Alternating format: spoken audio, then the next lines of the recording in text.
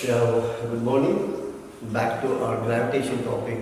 These were the results we have discussed yesterday along with the Newton's law of gravitation. So understanding these things with very simple examples. These are the expressions with respect to altitude effects, which is with respect to height. And this one is again the height effects, but this is for the reason, this is for the condition h very much less than or. We have told the numerical values also. When do we use this value? Any heights given less than 128 kilometers or anything less than 200-300 kilometers that is given, will make use of this expression at the approximation. This is at a height h and the approximation.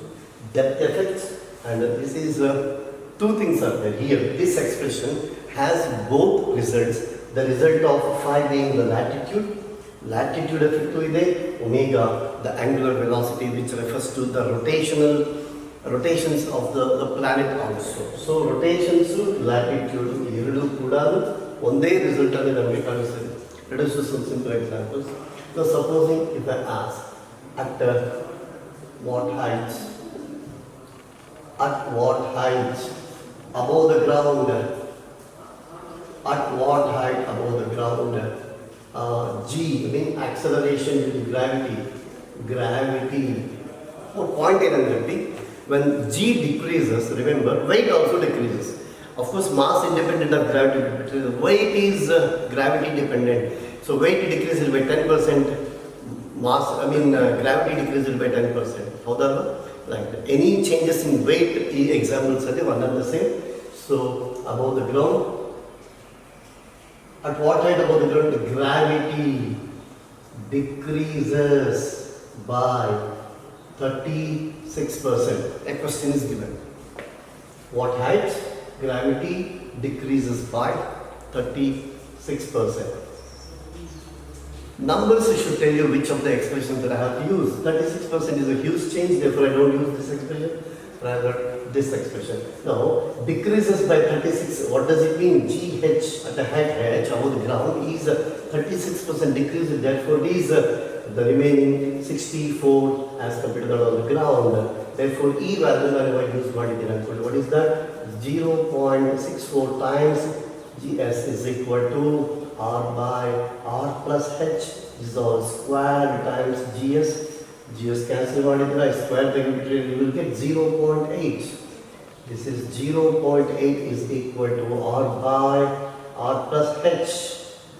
R by R plus H. So this is 0. And this is 0.2 R is equal to 0.8 H constant. So H is equal to R by 4 the constant. So for H is equal to R by 4, this is decreased by 64%. Now this is H, we have calculated altitude above the surface of the planet. From the center, 5 R by 4. So options A, B, C. R by 4 from the ground, but from the surface of the planet is correct. 5 R by 4 from the center of the earth is also correct. No day control pointing you options. Now R by 4 bandide by this expression. Options are R by 4 kottidare from the center of the kottirtare, then is not an answer. R by 4 is not the answer. R by 4 above the surface is the answer, or 5 R by 4 from the center of the earth is an answer. The same will be the case with any time. Options in making use is very, very important. This example, at what height above the ground gravity decreases by 4%. Then which of the expression we will make use of? ಯಾವ expression use ಮಾಡ್ತೀವಿ ಅಂತ ಹೇಳಿ. Because 4%, look at that number, this small changes ಬಂದಾಗ we can rather use this expression ಅಂತ ನಿಮಗೆ ಅರ್ಥ ಆಗಬೇಕು. So ನಾನು ನಂಬರ್ಸ್ ನೋಡಿ ಎಕ್ಸ್ಪ್ರೆಷನ್ ಯಾವುದು ಅಂತ ನಾನು ಗೊತ್ತಾಡ್ಕೊಂಡಿದ್ದೀನಿ. ಇದು ನೀವು ಟೀಚರ್ ಮಾಡೋ ವಿಚಾರಕ್ಕೆ ಅಬ್ಸರ್ವ್ ಮಾಡಿದ್ರೆ ಅದೇ ಡೂಪ್ಲಿಕೇಟ್ ಮಾಡ್ತೀರಾ. ನಾವು ಈ 4% ಅಂತ ಕೊಟ್ಟಾಗ make use of this expression. 4% decrease ಆಗಿದೆ ಅಂದರೆ ಅರ್ಥಕ್ಕೆ 96% ಉಳಿದಿದೆ ಅಂತ ಅರ್ಥ ಆಯ್ತಾ. ಸೊ 0.96 is equal to ಏನಾಗುತ್ತೆ 1 minus 2h by r ಅಂತ ಬರ್ತಾ ಇದಲ್ವಾ. ಅದಕ್ಕೆ ನಿಮಗೆ 2h by r is equal to 0.04 ಅಂತ ಕಾಣಿಸ್ತಾ ಇದೆಯಾ, 1 minus 0.96 ಅಂತ. Therefore this h is equal to ಏನು ಕಾಣಿಸ್ತಾ ಇದೆ p, 0.02 r ಅಂತ ಕಾಣಿಸ್ತಾ ಇದೆ. This is nothing but r by 50 ಅಂತ ಕಾಣಿಸ್ತಾ ಇದೆ ಅಲ್ವಾ. 0.02 ನಾವೇನು ಬರೀಬೇಕು, 1 by 50 ಬರೀಬೋದಲ್ವಾ. So this is 1 r by 50, h is equal to ಅಂತ ಬರ್ತದೆ. ಸೊ ದಿಸ್ ಇಸ್ ಹೌ ನೀವು ಯಾವುದನ್ನು ಯೂಸ್ ಮಾಡುವಾಗ ಎಕ್ಸ್ಪ್ರೆಷನ್ ಯಾವುದು ಅನ್ನೋದಕ್ಕೆ. ನೆಕ್ಸ್ಟ್ ಎಕ್ಸಾಂಪಲ್ ನಾನು ಈ ಥರ ಕೇಳಿದ್ದೇವೆ. What is that? Yes, if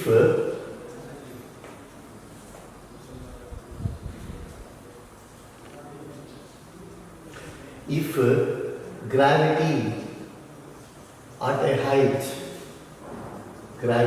a height h equal to gravity at a depth d, find this h by d ಅಂತ ಕೇಳಿದ್ರು. Find h by d ಅಂತ ಕೇಳಿದ್ರು. I have given you the symbols. It can be given with numbers also. Suppose the gravity at a height 128 kilometer, or else I will say 100 kilometer equal to gravity at a depth d. Find d ಅಂತ ಕೇಳಿದ್ರು.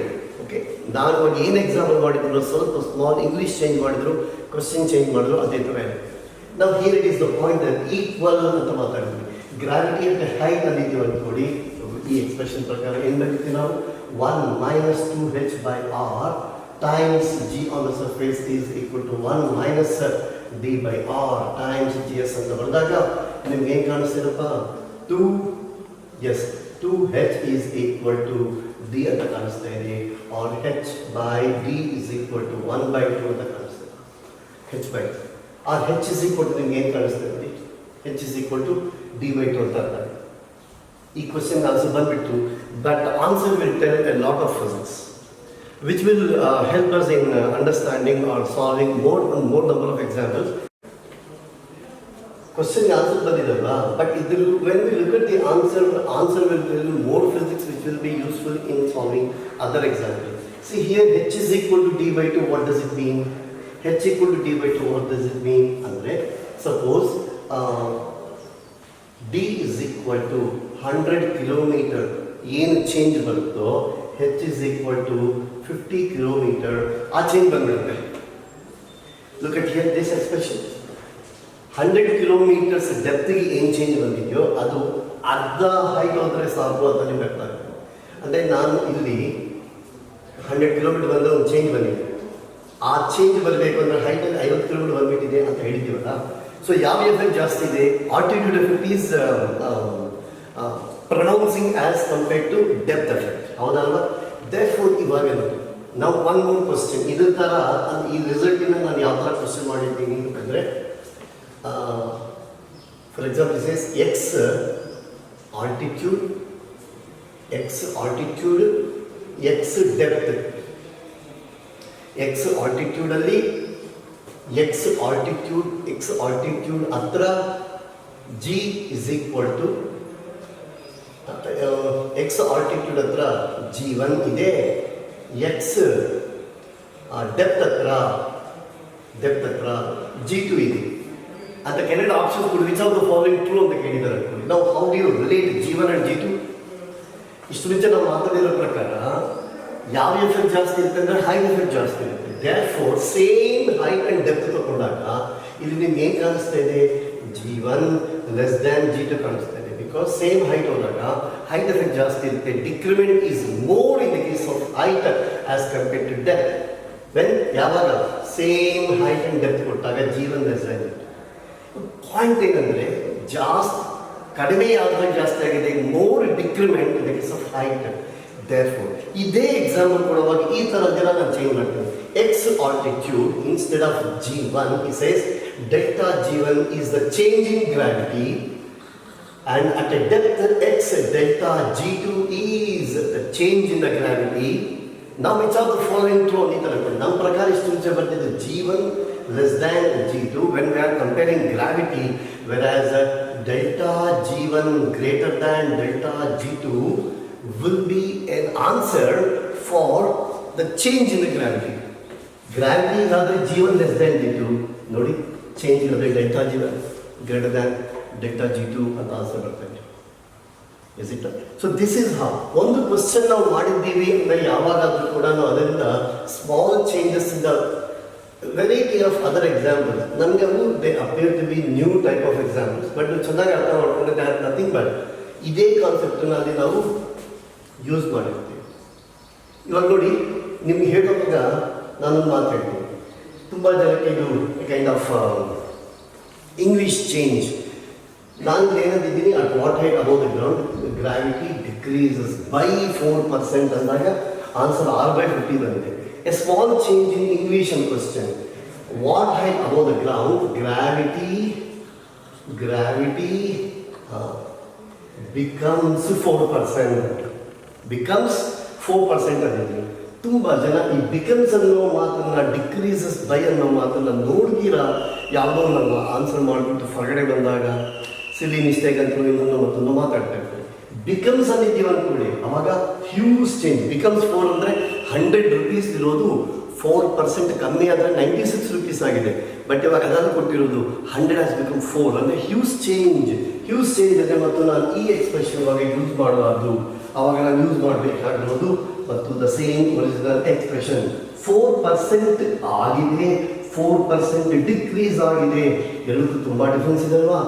ಮತ್ತು ನಾನು ಈ expression use ಮಾಡ್ತೀನಿ. 4% ಆಗಿದೆ ಅಂದರೆ ಎಷ್ಟೈತಿ? 0.04 GS is equal to R by R plus H whole square times GS ಅಂತ ಬರ್ತಿದ್ದೀವಿ. ಮತ್ತು ಕಾಮನ್ ಟರ್ಮ್ಸ್ ತೆಗೆದಿತ್ತು, ಸ್ಕ್ವೇರ್ ರೂಟ್ ತಗೊಂಡ್ರೆ 0.2 ಬಂದಲ್ಲ, 0.2 ಬಂದಲ್ಲ. therefore this is 0.2 is equal to R by R plus H ಆಗಿದೆ. ಇದು 0.2 ಇದೆ, ಇದು 1 ಇದೆ ಅಂದರೆ 0.8 R is equal to 0.2 H ಆಗಿದೆ. So H is equal to 4R H is equal to 4R is the answer. So that much difference it makes. ಇಷ್ಟು ಮುಂಚೆ ನಾವು ಮಾತಾಡಿದ ಪ್ರಕಾರ decrease by 4%, answer was R by 50 ಮಾತಾಡಿದರೆ becomes 4% answer ಬರ್ತದೆ ಅಂದರೆ 4R ಅಂತ ಬರ್ತದೆ. ಓಕೆ, ಸೊ ಈ ಎಕ್ಸಾಂಪಲ್ಸ್ ಮಾಡುವಾಗ ನಾವು ಇನ್ನೊಮ್ಮೆ one more time I have told you where we should be very cautious in reading the question, finding those small adjectives. Okay, ನಾವು ಇದೇ ಥರ ಹೈಟ್ಸು ವೆಯ್ಟ್ಸು ತಗೊಂಡಾಗ ಗ್ರಾವಿಟಿ ಚೇಂಜಸ್ಸು ವೆಯ್ಟ್ ಚೇಂಜು ಥರ ಮಾತಾಡಿದಾಗ ಎಕ್ಸ್ಪ್ರೆಷನ್ಸನ್ನು ಯೂಸ್ ಮಾಡಿದ್ದೀವಿ. ಇವಾಗ ಈ ಎಕ್ಸಾಂಪಲ್ ತಗೊಂಡಿದ್ದೀವಿ ಅನ್ಕೊಳ್ಳಿ, G/5 is equal to G/P. ನಿನ್ನೆ ಕೂಡ ಮಾತಾಡಿದ್ದೀವಿ, ಗ್ರಾವಿಟಿ ಅಟ್ ಪೋಲ್ ಮೈನಸ್ ಮಾಡ್ತಾ ಇದ್ದೀವಿ. Gravity at poles is independent of the rotations. G/P and omega is the angular velocity of rotations of the earth. This is the latitude term phi ಅಂತ ಮಾತಾಡಿ. Few examples on this page. ಇವಾಗ supposing ನಾನು ಕೇಳ್ತಾ ಇದ್ದಾರೆ, if earth stops rotating, what happens to G is the question. Earth stops rotating ಅಂದಿದ್ದಾರೆ ಅನ್ಕೊಳ್ಳಿ, omega is equal to 0. Omega is equal to 0 ಆದಾಗ ಏನಾಗುತ್ತೆ? G at phi is equal to G at P ಆಗುತ್ತೆ. Hello friends, G at P is equal to G at pole ಆಗುತ್ತೆ. ಅಂದರೆ ಅರ್ಥ ಏನು? ನಿನ್ನೆ ಮಾತಾಡಿದ ಪ್ರಕಾರ ಅರ್ಥ ತಗೊಂಡಾಗ ಈಕ್ವೇಟರ್ ಟು ಪೋಲ್ಸ್ ಹೋಗ್ತಾ ಏನು ಹೇಳಿದ್ದೀವಿ? Gravity gradually increases. ಗ್ರಾವಿಟಿ ಎಲ್ಲಿ maximum? G maximum at poles, G minimum at equator. ಈ ಸ್ಟೇಟ್ಮೆಂಟ್ಸ್ ಕೂಡ very very important statements. True false ಅಲ್ಲಿ ನಿಮ್ಗೆ ನೆನ್ಪಿಟ್ಕೊಡಿ. ಗ್ರಾವಿಟಿಯಲ್ಲಿ ಮಿನಿಮಮ್ ಇದೆ, equator maximum. But that change is not that much. Almost like second decimal change is whatever change that we talk about will be in the second decimal. And for example, if I say 9.79 is the gravity at equator, gravity at poles will be to 9.81 or 9.806. So it's a very small change. But there is a change that maximum minimum anta barta ide. So G inda yavadare change barto adrinda what all the effects. Ivaga adrinda nanu question create ಮಾಡ್ತೀನಿ. Suppose an Olympic record create ಮಾಡಿದ್ದಾರೆ. Olympic record was created as ಅಂತ ಮಾತಾಡ್ತೀವಿ. Olympic high jump ತಗೊಂಡಿದ್ದಾರೆ. High jump is H is equal to 2.16 meter at a place near equator. ಈಕ್ವೇಟರ್ಗೆ ಹತ್ರ ಅಂತ ಕೊಡಕ್ಕೆ ಅವನೇನಂತಾನೆ African nation ಕೊಡ್ತಾನೆ. African nation ಕೊಟ್ಟರೆ ಅರ್ಥ ಏನು, ಈಕ್ವೇಟರ್ಗೆ ಹತ್ರ ಇದೆ ಅಂತ. ಒನ್ ಮೋರ್ ಇನ್ನೊಂದು ರೆಕಾರ್ಡ್ ಮಾಡಿದ್ದಾರೆ. ಆ ರೆಕಾರ್ಡ್ ಬಂದ್ಬಿಟ್ಟು ಅಲ್ಲೆಲ್ಲೋ ಇಂಗ್ಲೆಂಡ್ ಹತ್ತೆಲ್ಲ ಮಾಡಿದ್ದಾರೆ. ಅದು ಕೆನಡಾ ಹತ್ರ ಮಾಡೋದು, ಕೆನಡಾ ಗೇಮ್ಸ್ ಎಲ್ಲ ಆಡಿದ್ರು. Canada is very close to poles ಹತ್ರ ಇರುತ್ತೆ ಕೆನಡಾ. ಅಲ್ಲಿ 2.158 ಮೀಟರ್ ಅಂತೆಲ್ಲ ಕೊಟ್ಟಿದ್ದಾರೆ. ಇವಾಗ ಈ ಎರಡರಾಗೆ which is a better record ಅಂದಿದ್ದಾರೆ ಕೂಡ ನಿಮ್ಗೆ ಏನು ಅರ್ಥ ಆಗುತ್ತೆ. ಗ್ರಾವಿಟಿ ಟುವರ್ಡ್ಸ್ ಪೋಲ್ಸ್ ಅನ್ನೋದು ಜಾಸ್ತಿ ಇರುತ್ತೆ. ದೇರ್ಫೋರ್ ಈ ಎರಡು ರೆಕಾರ್ಡ್ ತಗೊಂಡಾಗ ಇದು ಬೆಟರ್ ರೆಕಾರ್ಡ್ ಅಂತ ಹೇಳಕ್ಕೆ ಚಾನ್ಸ್ ಇಲ್ಲ. ಯಾಕೆಂದ್ರೆ it is near equator where gravity is slightly less ಅಂತ ಮಾತಾಡೋಣ. ಜಾಸ್ತಿ ಗ್ರಾವಿಟಿ ಇರೋ ಕಡೆ ಇದು ಬಂದಿದೆ ಅಂದರೆ this is a better record ಅಂತ ಕೂಡ ನಮ್ಗೆ ಅದರ ಕ್ವಶನ್ಸ್ ಕ್ರಿಯೇಟ್ ಮಾಡ್ಬೋದು ಲಾಜಿಕ್ ಆಗಿ. Gravity at equator, gravity at poles ಅನ್ನೋ ಮಾತಿಗೆ ಚೆನ್ನಾಗಿ ನೆನಪಿಟ್ಕೊಳ್ಳಿ. ಇವಾಗ ಈ ರಿಸಲ್ಟ್ GH5 GH4 ಅಂತ ಇದೆ. ನಾವು ಗ್ರಾವಿಟಿ ಚೇಂಜ್ ಇರೋದಿಲ್ಲ. Gravity at equator, gravity at poles ಎಲ್ಲ ಕಡೆಯೂ ಸೇಮ್ ಆಗೋಗುತ್ತೆ. ಯಾವಾಗ ವೆನ್ ಅರ್ತ್ ಸ್ಟಾಪ್ಸ್ ರೊಟೇಟಿಂಗ್ ಏನಾಗ್ತಾ ಇದೆ ಅಂದರೆ G value slightly increases such that gravity at equator becomes gravity at poles ಅನ್ನೋದು ಆನ್ಸರ್ ಆಗುತ್ತೆ. But gravity at poles no change because it has no effect of rotations at poles ಅಂತ ಮಾತಾಡಿದ್ದಾರಲ್ವಾ, ಅದಕ್ಕೆ gravity at equator ಆಗಿದೆ. Supposing ಇವಾಗ ಈ ಥರ question, if earth rotates at faster rate as compared to the present value. Present value ಅಂದರೆ ನಾವು ಹೇಳಿದ್ರೆ 24 hours 1 day ಅಂತ ಮಾತಾಡಿದ್ವಿ. ಮೊದಲು ಒಂದು ರೊಟೇಷನ್ ಇದು ತುಂಬ ಸ್ಪೀಡಾಗಿ ರೊಟೇಟ್ ಆಗಿರೋದು. For example if it rotates 20 hours per day, what happens? ಅದು ಅರ್ಧ ಆಗಿದೆ, ಕಡಿಮೆ ಆಗಿದೆ, ಜಾಸ್ತಿ ಆಗಿದೆ, ಇವೆಲ್ಲ ಕೂಡ ನಾವು ಕ್ವಶನ್ಸ್. ಇವಾಗ ಮಾತ್ರ ನೀವು ಅರ್ಥ ಫಾಸ್ಟಾಗಿ ರೊಟೇಟ್ ಆದರೆ ಏನಾಗುತ್ತೆ ಅಂದರೆ ಏನು ಹೇಳ್ತೀರಾ? ಇದು ಚೆನ್ನಾಗಿ ನೋಡಿ, ನೀವು GPನಲ್ಲಿ ಮೈನಸ್ ಮಾಡ್ತಾ ಇದ್ದೀರಾ. As omega value increases, or omega ಅಂದರೆ ಮೈನಸ್ ವ್ಯಾಲ್ಯೂ ಏನಾದರೂ ಸಬ್ಟ್ರಾಕ್ಟ್ ಮಾಡ್ತಿರೋ ಅದು ಜಾಸ್ತಿ ಆಗುತ್ತೆ. If gravity at that particular latitude decrease ಆಗ್ತಾ ಹೋಗುತ್ತೆ. So if earth rotates faster and faster, gravity at any latitude, equator agbodu enadru agbodu, but when you are given a particular latitude, that is to be substituted, because whatever changes that comes at the equator does not come same at say 60 degrees latitude. Ade change barutte but different barutte, because this is 5 times this. Generally ನಿಮ್ಮನ್ನು 90% ಕೇಳುವಾಗ equator ಹತ್ರ ಕೇಳ್ತಾ ಇರ್ತಾರೆ. But don't make it as A granted thing. ಎಲ್ಲಿ ಕೊಟ್ಟಿದ್ದಾರೋ ಆ 5 value substitute ಮಾಡೋದಷ್ಟೇ. ಅದು ಕೂಡ ನಿಮ್ಗೆ ಈಸಿಯಾಗಿ 45 degrees 90 degrees where you know 60 degrees cos value ಎಲ್ಲಿ ಗೊತ್ತೋ ಅದೇ ಕೊಡ್ತಾರೆ. Don't worry about that. Therefore ಇವಾಗ earth stops, earth rotates faster and faster. ಏನಾಗುತ್ತೆ? ಜಿ ನಾನೊಂದು ಮಾತು ಬರೀತಿದ್ದೆ, ಎಕ್ಸೆಪ್ಟ್ ಅಟ್ ಪೋಲ್ಸ್ ಹತ್ರ ಏನು ಚೇಂಜ್ ಬರಲ್ಲ. Whether earth makes more rotation, less rotation, stops, no change at the pole except g decreases at all latitudes. ಎಲ್ಲ latitude ಹತ್ರ ಕೂಡ decreases ಅನ್ನೋ ಮಾತು ಮರ್ತು ಹೋಗಬಾರ್ದು. ಇವಾಗ ಡಿಕ್ರೀಸ್ ಆಗ್ತಾ there comes a question, sir decrease ಆಗ್ತಾ ಏನಾಗ್ಬೋದು ಅಂದರೆ, ಇವಾಗ ಈ ವ್ಯಾಲ್ಯೂನ ಸಬ್ಟ್ರಾಕ್ಟ್ ಮಾಡ್ತಾ ಇದ್ದೀವಲ್ಲ, ಡಿಕ್ರೀಸ್ ಆಗ್ತಾ 0 ಆಗೋ ಕೂಡ ಚಾನ್ಸ್ ಇದೆ ಅಲ್ವಲ್ಲ ಅಂದರೆ yes there is a possibility. ಇವಾಗ ನಾನು ಬರೀಬೇಕು ಜಿ ಎಲ್ಲಿ ಬರೀತಾ ಇದ್ದೀನಿ, for 5 is equal to 0. 5 equal to 0 ಅಂದರೆ ಅರ್ಥ ಏನಪ್ಪಿ? 5 equal to 0 degrees ಅಂದರೆ ಈಕ್ವಲ್ ಅಂತ ಬರೀತಾರೆ. 5 is equal to 0. ಇವಾಗ ಏನಾಗಿದೆ? What is that? R omega square, R square 5 ಏನಾಗುತ್ತೆ? 1 ಆಗುತ್ತೆ. R omega square is equal to G at poles. ಆವಾಗ G at equator is equal to ಏನಾಗುತ್ತೆ? 0. ಇವಾಗ ಈ ಎರಡು ಟರ್ಮ್ ಈಕ್ವಲ್ ಆಗಿರೋ ಮೈನಸ್ ಮಾಡಿದ್ದೀವಲ್ಲ, 0 ಆಗುತ್ತೆ. ಅದೇ ಗ್ರಾವಿಟಿ ಅಟ್ ಈಕ್ವೇಟರ್ ಬಿಕಮ್ಸ್ 0 ಯಾವಾಗ R omega square is equal to G at P. ಇದನ್ನು ನೀವು ಸಾಲ್ವ್ ಮಾಡಿದ್ರೆ ಕೊಡಿ, omega is equal to under root G by R. G ಬರೀತಾ ಇದ್ದೀವಿ ಅಂದರೆ at poles under root G by R. Others ಇದನ್ನು time period ಪ್ರಕಾರ ಮಾತಾಡಿದ್ರೆ 2π/T ಅಲ್ವಾ. therefore this is 2π under root R by GP. ಈ ವ್ಯಾಲ್ಯೂಸ್ ಚೆನ್ನಾಗಿ ನೋಡಿ. 2π root of R by Z. What is the value of R? Average radius of the planet Earth 6400. Kilometres ತಗೊಂಡು G ಎಟ್ ಪೋಲ್ಸನ್ನ substitute ಮಾಡಿಕೊಂಡ್ರೆ ಈ value ಎಷ್ಟು ಬರುತ್ತೆ. For this particular time period gravity at equator becomes 0 ಆಗುತ್ತೆ. ಈ number ಕೂಡ ನಾನೇ ಹೇಳ್ಬಿಡ್ತಾ ಇದ್ದೀನಿ. This is nearly 5025 seconds, nearly 84.3 minutes. ಚೆನ್ನಾಗಿ ನೋಡಿ, ಬೈ 60 ಮಾಡ್ಕೊಂಡು ನಿಮ್ಗೆ ಬರ್ಬೋದು. 84.3 ಮಿನಿಟ್ಸ್ ಅನ್ನೋದು ಒಂದು important. For this period of rotation earth ಒಂದು ವೇಳೆ ತುಂಬ ಸ್ಪೀಡಾಗಿ ರೊಟೇಟ್ ಆಗುತ್ತೆ, which is nearly 17 times present value. ಅಂದರೆ omega dash the new value is equal to 17 times present value. ನಾನು ರಿಪೀಟ್ ಮಾಡ್ತೇನೆ. ಪ್ರೆಸೆಂಟ್ ವ್ಯಾಲ್ಯೂ ಒಮೆಗಾ 24 ಅವರ್ಸ್ ಅಲ್ಲ, ಟೈಮ್ ಪೀರಿಯಡ್ ಇಸ್ 24, 2π back ನಿನ್ನೆ ಮಾತ್ರ 86,400 ಮಾಡಿದೆ, that is omega.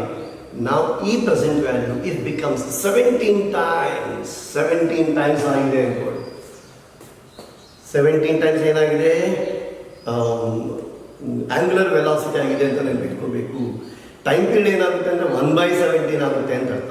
S, omega becoming ಮತ್ತು it increases by ಅಂದಿಲ್ಲ, becomes 17 times ಅಂದಿದ್ದೀನಿ. becomes 17 times means increased by 16 times. So ಇವೇ ಚಿಕ್ಕ ಮಾತು, very very important while you are answering your questions. Omega becoming 17 times present value or increasing by 16 times, or else when we say time period becomes 1/17 times, G at equator becomes 0. Supposing you are asked for what rotation G at 60 degrees ಅಂದಿದ್ದ ಅನ್ಕೊಳ್ಳಿ. 60 degrees ಅಂದ್ರೆ ಅವಾಗ ಏನು ಮಾಡ್ತೀರಪ್ಪ, cos 60 1/2 1/4 ಬರುತ್ತೆ. ಅಂದರೆ ನಾವು ಮಾತಾಡೋವಾಗ ಏನು ಬರ್ತೀವಿ, R omega square by 4 ಅದು ಕೂಡ ಬರುತ್ತೆ. ಅವಾಗ ಇಲ್ಲಿ ಮಾತಾಡೋಂಗೆ 2 ಅದು ಕೂಡ ಬರುತ್ತೆ. ಆ ಚೇಂಜಸ್ ಬರ್ತೀನಿ. ಆ ಚೇಂಜಸ್ ನಾನು ಬರೆದಿರೋದು ಓನ್ಲಿ ಫಾರ್ ದ ಈಕ್ವೇಟರ್ ಬರೆದಿದ್ದೀನಿ. For any other 5 value that is given, ನೀವು ಆ 5 ವ್ಯಾಲ್ಯೂ ಸಬ್ಸ್ಟಿಟ್ಯೂಟ್ ಮಾಡಿ ತಗೊಳ್ತೀವಿ. So with respect to the rotations and as well as the latitude, these are the important things. Making more rotations, less rotations, half of the rotation. ಒಂದು ವೇಳೆ time period 24 hours ಇದೆ, 24 hours 12 hours ಆದರೆ ಏನಾಗುತ್ತೆ ಅಂತ ಕೇಳಿದ್ದಾರೆ ಅನ್ಕೊಳ್ಳಿ. What is your answer? ನೀವೇ ಹೇಳ್ಕೋಬೇಕು. Because 12 hours ಆಗಿದೆ ಅಂದಿದ್ದಾರೆ ಅನ್ಕೊಳ್ಳಿ. Time period is ಹ್ಯಾಲ್ಡ್. Time period ಹ್ಯಾಲ್ಡ್ ಅಂದರೆ ಒಮೆಗಾ ಡಬಲ್ ಆಗಿದೆ. ಅದೇ ಒಮೆಗಾ ಇರೋದು ಏನಾಗಿದೆ, 2 ಟೈಮ್ಸ್ ಆಗಿದೆ. ಸೊ ಅದರಿಂದ ಏನೇನು ಚೇಂಜಸ್ ಬರುತ್ತೆ ಅನ್ನೋದು ಮೇ ಬಿ ಹೊಸದಾಗಿ ಆ ಥರ ಎಕ್ಸಾಂಪಲ್ಸ್ ಏನು ಕ್ರಿಯೇಟ್ ಮಾಡೋಕ್ಕೆ ನನಗೆ ಪಾಸಿಬಿಲಿಟಿ ತುಂಬ ಕಡೆ ಕಾಣಿಸ್ತಾ ಇದೆ. ಎಕ್ಸಾಮಲ್ಲಿ 95% ನೀವು ಬೋರ್ಡ್ ಮೇಲೆ ಏನು ನೋಡಿದ್ದೀರೋ ಇವಾಗ ಅದೇ ಥರ examples will find it in your NEET and simple remember. So this was about our gravity effect ಅಂತ ಮಾತಾಡಿದಾಗ ಈ ಚೇಂಜಸ್ ಇಷ್ಟು ಹೇಳಿದ್ದೀನಲ್ಲ. 1 ನಿಮಿಷ 2 ನಿಮಿಷ ಜಾಸ್ತಿ ಆದ ಪರವಾಗಿಲ್ಲ. ನಾನೊಂದು ಎಕ್ಸಾಂಪಲ್ ಹೇಳ್ತಾ ಇದ್ದೀನಿ ನೋಡಿ. ಅಟ್ಲೀಸ್ಟ್ ಈ ಚಾಪ್ಟರಲ್ಲಿ ಈ ಕಾನ್ಸೆಪ್ಟ್ ಮೇಲೆ ಆ ಎಕ್ಸಾಂಪಲ್ ಹೇಳಿದ್ದೀನಿ. It means that it will hold good for any particular concept in any particular unit in both first year and second year topics. Look here, I said if density of a planet decreases by 2%, find the change in the radius of the planet for which gravity of that planet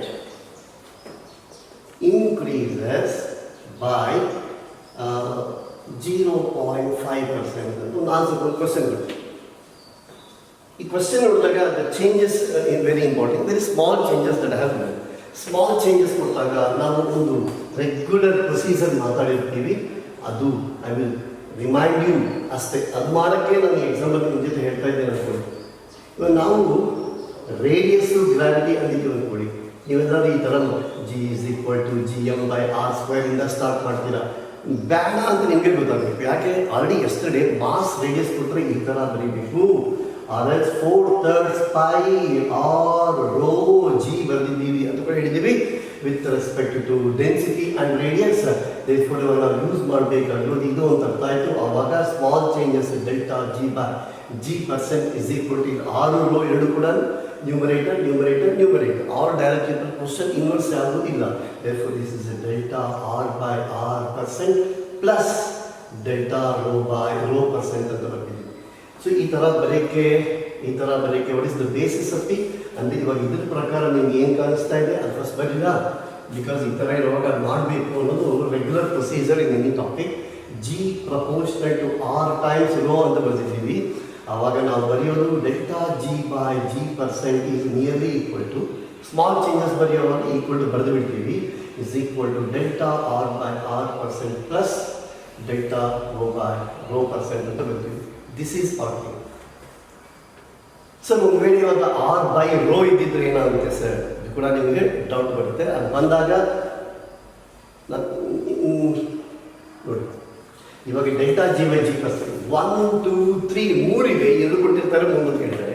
generally ನಮಗೆ ಇದು ಕೊಟ್ಟು ಈ ಎದು ಕೊಟ್ಟು ಇದು ಕೇಳಿದ್ರೇ example ಅಂದ್ಕೊಳ್ತೀವಿ, ಇಲ್ಲ ಅಂದರೆ ತುಂಬ ಕಷ್ಟ ಅಂದ್ಕೊಳ್ತೀವಿ. ಇವಾಗ ಇಲ್ಲಿ ನೋಡಿ ಏನಿದ್ದಾರೆ 0.5% ಗ್ರಾವಿಟಿ.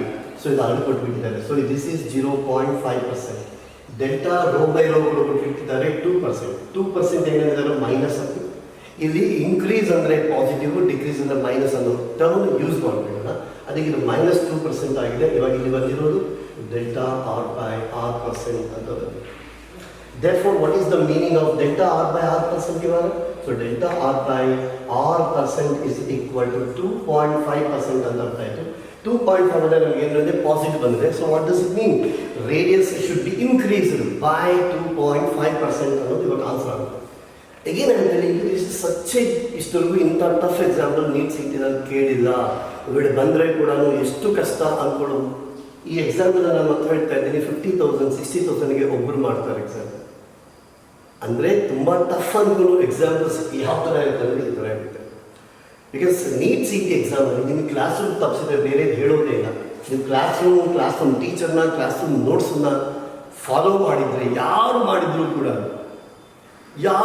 ಕೂಡ all these things 45 NEET exam, 16 C T exam ಹೊರಗಡೆ ಬಂದಾಗ ಎಷ್ಟು ಕೂಲ್ ಆಗಿರ್ತೀವಿ. ಬಟ್ ಇದಲ್ಲಿರೋ ನೋಟ್ಸ್ ಫಾಲೋ ಮಾಡೋಣ, ನಾವು ನೋಟ್ಸ್ ಬಿಸಾಕಿರ್ತೀವಿ. ಕ್ಲಾಸಲ್ಲಿ ಕೇಳಿರೋದು ನೋಡಿರೋದು ಬೇರೆ, ಬರೆದಿರೋದು ಬೇರೆ. ಮತ್ತು ನಾವೆಲ್ಲ ಹೋಗ್ಬಿಟ್ಟು ಆ ನೋಟ್ಸು, ಈ ಗೈಡು, ಆ ಟೀಚರು, ಈ ಆ್ಯಪು ಅಂತ ಓದಿದ್ದೀವಿ ಅಂದ್ಕೊಳ್ಳಿ.